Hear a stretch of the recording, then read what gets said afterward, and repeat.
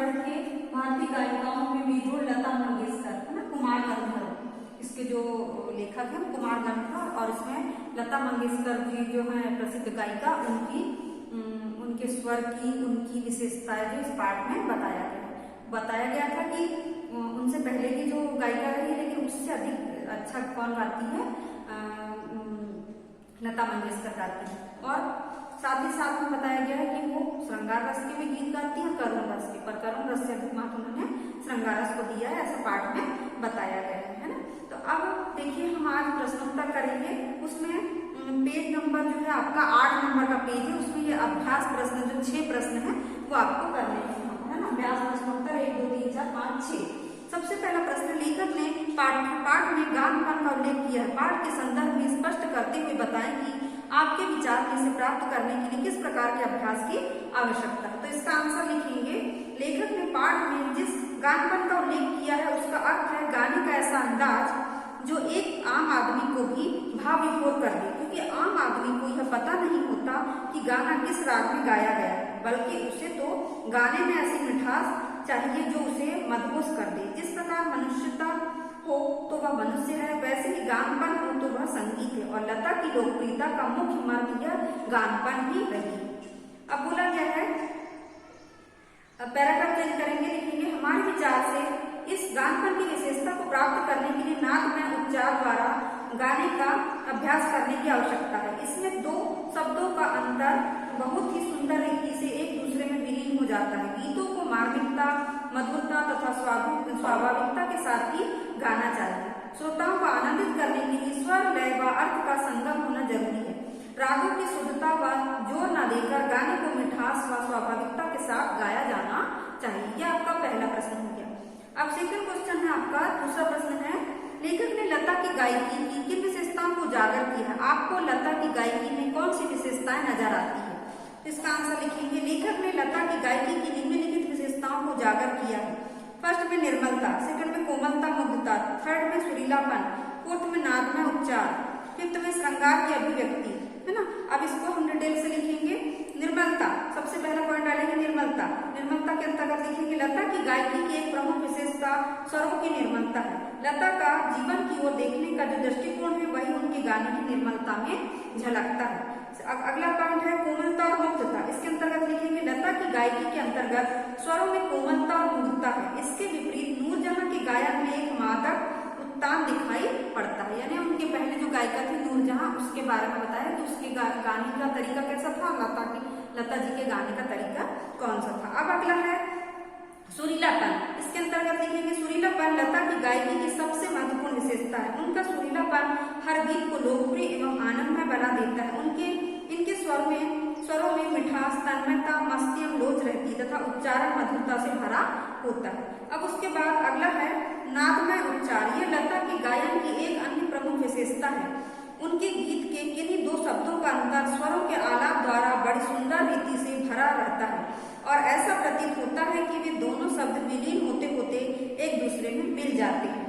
अब अगला है श्रृंगार की अभिव्यक्ति। लेखक के अनुसार, इसके अंतर्गत लिखेंगे, लेखक के अनुसार लता ने करुण रस के साथ अधिक न्याय नहीं किया है, परंतु मुग्ध श्रृंगार की अभिव्यक्ति करने वाले गाने लता ने बड़ी उत्कटता से गाए हैं। पैराग्राफ चेंज करके लिखेंगे, मुझे लता की गायकी में उपरोक्त सभी विशेषताएं दिखाई देती है।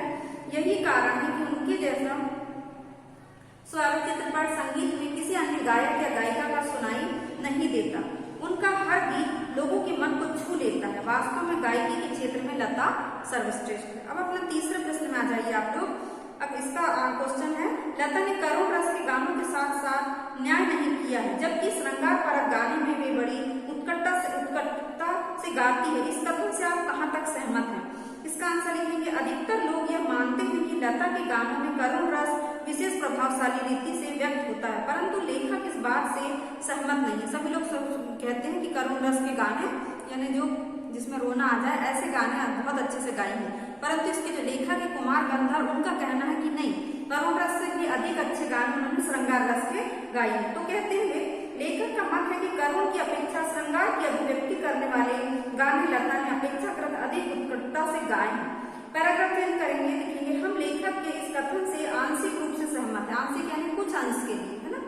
लता ने श्रृंगार परक गाने अधिक उत्कटता के साथ अवश्य गाए हैं, परंतु उन्होंने करुण रस के साथ भी न्याय किया है, यानी अन्याय नहीं किया है। देखो, हाँ, यह अवश्य है कि उन्होंने करुण रस के गीत कम गाए हैं। उदाहरण के लिए, ऐ मेरे वतन के लोगों जरा आंख में भर लो पानी, जो शहीद हुए हैं उनकी जरा याद करो कुर्बानी, ये जो गाना है ये करुण रस से संबंधित है। गीत सुनकर तो देश के प्रथम प्रधानमंत्री पंडित जवाहरलाल नेहरू तक अपने आंसुओं को नहीं रोक पाए थे। इसके साथ ही ओ बाबुल प्यारे, कभी खुशी कभी गम जैसे गीतों को सुनकर श्रोताओं की आंखें नम हो जाती है ना। फिर पैराग्राफ चेंज करेंगे। यह बात अलग है कि संगीत निर्देशकों ने और गीतकारों ने लता से श्रृंगार परक गीतों को अधिक गवाया है, क्योंकि उन्हें ऐसा लगता है कि ऐसे गीत आम जनता में अधिक लोकप्रिय होते हैं, है ना। ये आपका तीसरा आंसर हो गया। आंसर बच्चों लंबे हैं लेकिन याद हो जाएंगे, क्योंकि कहानी के रूप में है, उसको आप पढ़ेंगे और अपने शब्दों में भी लिख सकते हैं ना। ऐसा नहीं कि सिर्फ बुक की भाषा में ही हम आंसर लिखें। अब आ जाइए चौथे प्रश्न में। इसका प्रश्न है, संगीत का क्षेत्र है विस्तीर्ण है, जहाँ अब तक अलक्षित, असंशोधित और अदृष्टिपूर्व ऐसा खूब बड़ा प्रांत है, तथापि बड़े जोश से इनकी खोज और उपयोग चित्रपट के लोग करते चले आ रहे हैं। इस कथन को वर्तमान फिल्मी संगीत के संदर्भ में स्पष्ट कीजिए। तो इसका आंसर रहेगा, लेखक द्वारा उपरोक्त कथन कहने का कारण यह है कि संगीत में बहुत सी धुनें, राग, स्वर अभी खोजने के लिए बाकी हैं। ऐसे कई नए प्रयोग किए जाने अवशेष हैं जिनकी ओर संगीत से जुड़े लोगों की दृष्टि नहीं गई। यद्यपि भारतीय सिनेमा जगत अपनी तरह से कई तरह के प्रयोग कर रहा है। यदि आज के संगीत को ध्यानपूर्वक सुने तो यह बात पूरी तरह स्पष्ट हो जाएगी कि आज नित्य नए प्रयोग किए जा रहे हैं, जिससे संगीत का क्षेत्र और विस्तृत यानी बड़ा फैलाव होते जा रहा है। चित्रपट संगीत का तंत्र ही अलग है। यहाँ नए प्रयोगों की बहुत संभावना है। जिस प्रकार शास्त्रीय रागों का चित्रपट संगीत दिग्दर्शकों ने उपयोग किया है, उसी प्रकार आगे लिखिए राजस्थानी, पंजाबी, बंगाली तथा अन्य प्रदेश के लोक गीतों को भी चित्रपट संगीत में स्थान दिया गया। ये ध्यान रखना चाहिए कि धूप का कौतुक करने वाली पंजाबी लोकगीत, पहाड़ों की चोटियों के पहाड़ी गीत, कृषि गीत और ब्रज भूमि में समाविष्ट सहज मधुर गीतों का अतिशय मार्मिक एवं रसानुकूल उपयोग चित्रपट क्षेत्र के संगीत निर्देशकों ने किया और आगे भी नए प्रयोग करते रहने की अधिक गुंजाइश है। इसलिए पैराग्राफ चेंज करेंगे, लिखेंगे, इसलिए लेखक ने कहा है कि चित्रपट संगीत का क्षेत्र बहुत ही विस्तृत है। वहाँ अब तक अलक्षित, असंशोधित, अदृष्टिपूर्व ऐसा खूब बड़ा प्रांत है, तथापि बड़े जोश से इसकी खोज और उपयोग चित्रपट क्षेत्र के लोग करते चले आ रहे हैं। फलस्वरूप चित्रपट संगीत दिनों दिन अधिक विकसित होते जा रहा है। चित्रपट संगीत मतलब फिल्मी गाने, है ना। तो इसमें क्वेश्चन क्या था कि संगीत का क्षेत्र ही विस्तृत है, यानी फैलाव है इसमें। वहाँ अब तक अलक्षित, असंशोधित, अदृष्टिपूर्व ऐसा खूब बड़ा प्रांत है, तथापि बड़े जोश से इनकी खोज और उपयोग चित्रपट के लोग करते चले आ रहे हैं। इस कथन को वर्तमान फिल्मी संगीत के संदर्भ में स्पष्ट करना, यानी जो भी त्योहार वगैरह आते हैं उसमें भी जो गीत गाते हैं उसी के माध्यम से जो फिल्मों में जो गाने गाए जाते हैं उसके बारे में इसमें बताया गया। अब पांचवा जो क्वेश्चन है, देखिए क्वेश्चन है, चित्रपट संगीत ने लोगों के कान बिगाड़ दिए, यानी जो फिल्मी गाने हैं तो उन्होंने लोगों के कान को कैसा कर दिया है, बिगाड़ दिया। अक्सर यह आरोप लगाया जाता है। इस संदर्भ में कुमार गंधर्व की राय और अपनी राय लिखी है। तो बोलते हैं ऐसा सभी लोग आरोप लगाते हैं कि फिल्मी गाने देख के हमारे कान क्या हो गए हैं, बिगड़ गए हैं, बेकार के गाने सुनने की आदत हो गई है। तो कहा गया है कि ऐसा आरोप लगाया जा रहा है। तो इस संदर्भ में आपकी राय लिखिए और जो कुमार गंधर्व इसके लेखक है इस पाठ के, उनकी राय लिखिए। तो इसका आंसर है, देखिए, चित्रपट संगीत ने लोगों के कान बिगाड़ दिए। जैसा आरोप लेखक के अनुसार गलत है। वास्तव में चित्रपट संगीत ने तो लोगों के कान बिगाड़े नहीं अपितु सुधारे हैं। संगीत को समझने हेतु इसने एक नए अवसर दिए हैं। संगीत के विविध प्रकार अब लोगों को समझ में आ रहे हैं। पहले संगीत के सुर, लय, ताल की समझ लोगों में नहीं थी, लेकिन अब गीतों में सुरीलापन क्या होता है यह भी समझ में आने लगा है। साधारण मनुष्य भी संगीत की सूक्ष्मता को समझने लगा है। चित्रपट संगीत के कारण ही छोटे छोटे बच्चे भी सुर और लय में गुनगुनाते दिखाई देते हैं। संगीत की लोकप्रियता, उसका प्रसार, अभिरुचि के विकास में चित्रपट संगीत का बड़ा हाथ है। लोगों का शास्त्रीय संगीत को समझने का दृष्टिकोण बदला है और इसका श्रेय लेखक ने चित्रपट संगीत में लता को ही दिया है।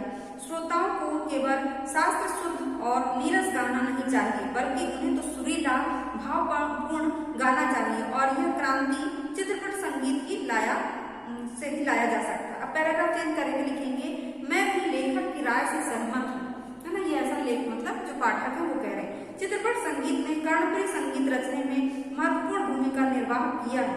यह सच है कि चित्रपट संगीत की समाज की संगीत विषयक अभिरुचि में प्रभावशाली मोड़ लाया है। हाँ, यह बात अवश्य है कि आज चित्रपट के कुछ गीतों के बोल अश्लील और कुंवड़ हो गए हैं, कुछ गाने बहुत बुरे बुरे हैं ना, जिससे यह आशंका बढ़ती जा रही है कि कहीं गीतों का स्तर ना गिर जाए। अगर बेगुनाह के गाने होते हैं तो ऐसा लगता है कि इससे जो है गीतों का स्तर कहीं कम ना हो जाए। तो ये हो गया आपका 5वां क्वेश्चन। अब एक लास्ट क्वेश्चन 6वां क्वेश्चन देखिए, शास्त्रीय और चित्रपट दोनों तरह के संगीतों के महत्व का आधार क्या होना चाहिए। यानी जो शास्त्रीय संगीत है और जो चित्रपट संगीत है, जो फिल्मी गाने हैं, दोनों का आधार क्या होना चाहिए। कुमार गंधर्व की इस संबंध में क्या राय है, इन लेखक की क्या राय है, आप बताइए, है ना। तो कुमार गंधर्व की राय में चित्रपट संगीत हो या शास्त्रीय संगीत, दोनों तरह के संगीतों के महत्व का आधार श्रोताओं को होने वाले आनंद की प्राप्ति होना चाहिए। चाहे शास्त्रीय गायन हो चाहे फिल्म के गाने हो, क्या होना चाहिए, श्रोताओं का आनंद आना चाहिए। शास्त्रीय अथवा चित्रपट संगीत में रंजकता अर्थात मन मोहने वाली लय और ताल नहीं हो तो संगीत नीरस प्रतीत होता है। यानी कि जो श्रोता उनके मन को मोहने वाले गीत होना चाहिए। गाने में जो गानपन होता है वह केवल शास्त्रीय गायन के पक्के सुर ताल के निर्दोष ज्ञान के कारण नहीं होता। गाने की सारी मिठास, सारी ताकत उसकी रंजकता पर निर्भर है। सुनने वाले के समक्ष रंजकता का मर्म कैसे प्रस्तुत किया जाए, किस रीति से उसकी बैठक बिठाई जाए और श्रोताओं से कैसे संवाद साधा जाए, ये सभी तथ्य संगीत के महत्व के आधार है। इन तथ्यों के बिना श्रोता और गायक दोनों को ही, चाहे शास्त्रीय संगीत हो या चित्रपट संगीत, आनंद की अनुभूति नहीं हो सकती, जबकि संगीत का लक्ष्य तो लोगों को आनंद प्रदान करता है। मेरे पैराग्राफ चेंज करके लिखेंगे, मेरे विचार में मधुरता, लोच, सरुलापन, सरलता एवं लयता जैसे गुणों को संगीत में सम्मिलित किया जाना अत्यंत आवश्यक है। यदि कोई गीत या संगीत आम आदमी के दिल को नहीं छू सकता तो उस संगीत को अच्छा संगीत नहीं कहा जा सकता। तो ये आपका 6वां प्रश्न जो है वो भी समाप्त हो गया है। हमने आपको वीडियो में बता दिए हैं, थोड़ा सा बनेगा या सुन लीजिएगा, अगर कोई चीज समझ में नहीं आई होगी तो, और हम इसकी फोटो जो है आपको कल सेंड कर देंगे, है ना। तो आज की कक्षा बच्चों यही समाप्त हो रही है। इसके बाद हम ग्रामर का जो है आपका स्टार्ट करेंगे, है ना। और 3 चैप्टर हमारे हो चुके हैं। धन्यवाद बच्चों।